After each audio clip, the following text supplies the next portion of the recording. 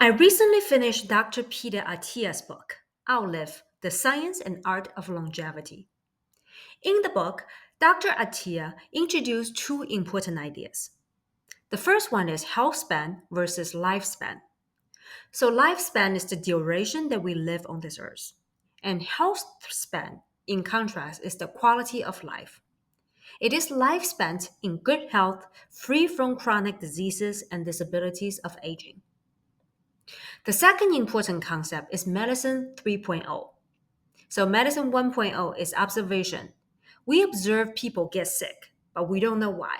So, we treat people based on our best guess on what might work. Medicine 2.0 is a reductive model of the healthcare. You're in a car accident, say, or have stomach cancer. Let's use the current tools available to stop you from dying. Then there is medicine 3.0. It prioritizes prevention, early screening, and personalized intervention based on individual risk factors and data. The idea is that let's not wait until you are 60 to find out that you have developed early onset Alzheimer's disease.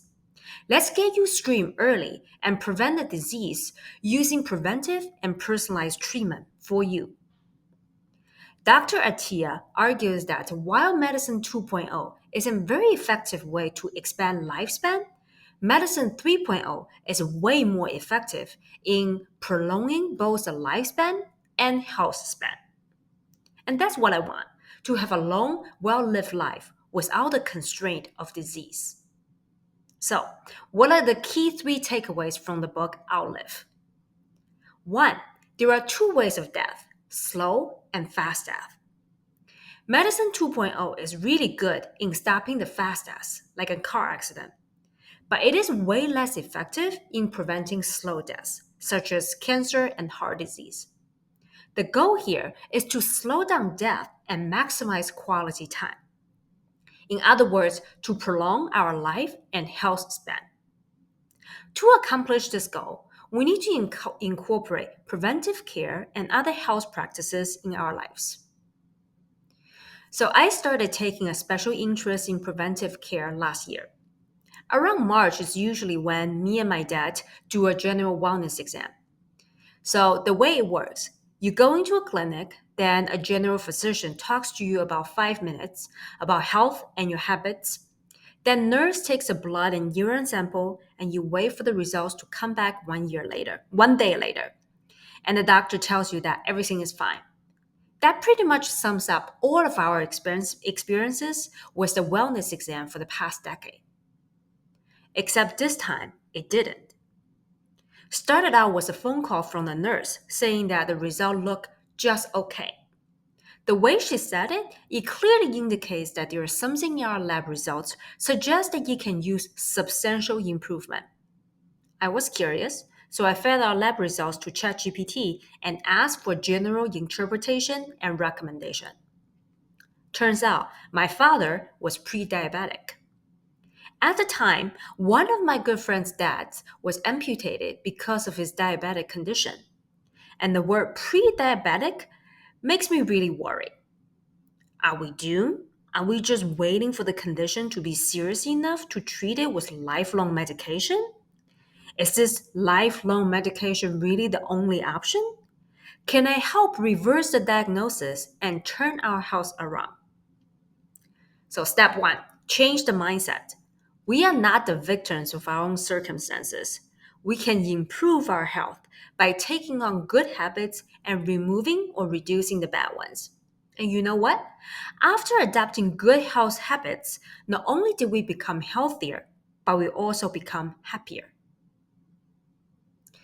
The second takeaway is that there are two proven ways to conduct preventive care successfully: lowering calorie intake and exercise daily. In the book, Dr. Attia emphasized that calorie restriction is one of the most robust interventions for improving metabolic health and reducing the risk of age related diseases. So, the further away that we are from the standardized American diet, aka SAD, the better off we will be.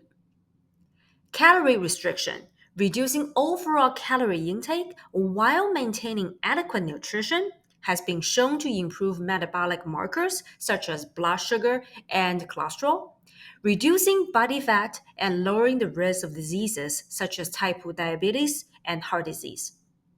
So, generally speaking, there are about three strategies to restrict calorie intake. One is calorie restriction, CR, eating less in total, but without the attention to what is being eaten or when it's being eaten. Although Dr. Attia argued that this is a clear winning strategy, most people have a hard time sticking with it because in the long run, it requires meticulous tracking of the food intake. The second one is a dietary restriction, DR, eating less of some of the particular elements within the diet, such as refined sugar or fat. So, this is the most common practice. Keto or vegan diets fall into this category. The third one is time restriction, TR, or intermittent fasting, restriction eating to certain times up to and including multi day fasting. The second way is exercising daily. Exercise is the most potent pro longevity drug available. Regular physical activity not only helps control weight, but also improve heart fitness measured by the VO2 max. Builds and maintains muscle mass and bone density, enhance insulin sensitivity, and reduce the risk of the four horsemen that was mentioned in the book of chronic disease: heart disease, cancer, neurodegenerative disease such as Alzheimer, and type 2 diabetes. So we need to exercise daily with a mix of aerobic exercises, strength training, and activities that improve balance and flexibility. Daily improvement, regardless of age or baseline fitness, is essential for maximizing both lifespan and health span. In the word of Dr. Attia, aging and longevity are far more malleable than we think. Our fate is not set in stone. With the right roadmap, you can plot a different path for your life, one that lets you outlive your genes to make each decade better than the one before. Three, and the final takeaway: take health holistically, take emotional health seriously. This is the key takeaway that I find the most impactful in the book. Dr. Attia used his own example, where he seemingly did all the right things: exercised 2 hours a day, slept well, and had a thriving medical practice and a beautiful family. But in his emotional state caused him so much misery and anger that he was on the verge of losing everything important. His coach put it in this way: Peter, what is the point of living long if you feel shitty all the time? Expanding health span, including improving our emotional health. In the book, Dr. Attia, like so many CEOs and people with wealth, points out that you cannot achieve peace or happiness with money. And I used to be one of the people who believed that I will be happier if I achieve X annual income. So it is true that it is true until you reach a certain threshold. After that, money really doesn't buy you peace or happiness. I remember looking at the raise in my bank account, acknowledging it, realized that it has happened, and going right back to work. And I also remember at the moment I was so angry. I work hard, I sacrifice time with family and friends, I sacrifice my own health, all for the promise of peace and joy that this race was supposed to give me. But when I did receive it, when I arrived at the top of the mountain, the peace and the joy were nowhere to be found. So in this book, Dr. Attia pointed out that the only way to improve your emotional health is to look inward. What are the past traumas that you dwell on that prevent you from being happy despite having what you have? What triggers you to feel anger, sad, lonely, or depressed? What can you do to stop feeling the negative emotions and look at the events not through the lens of past trauma, but through the lens of your best friend?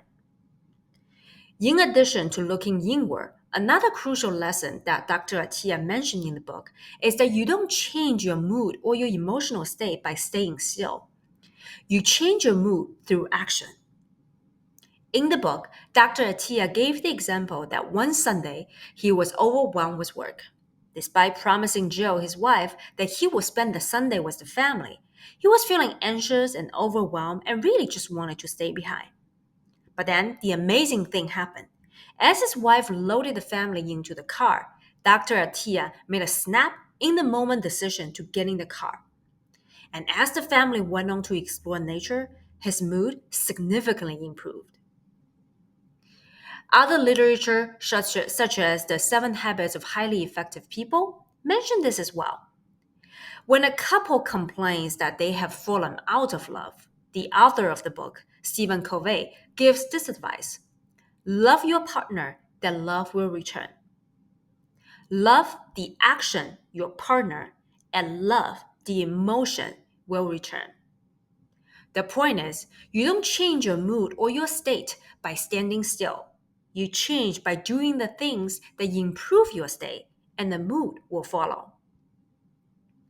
I find tremendous value in reading Dr. Atia's book, Outlive. So if you do as well, check out this video with my 3 takeaways on another impactful book I read about Dr. Daniel Amen's book in Improving Brain Health. Talk to you next time.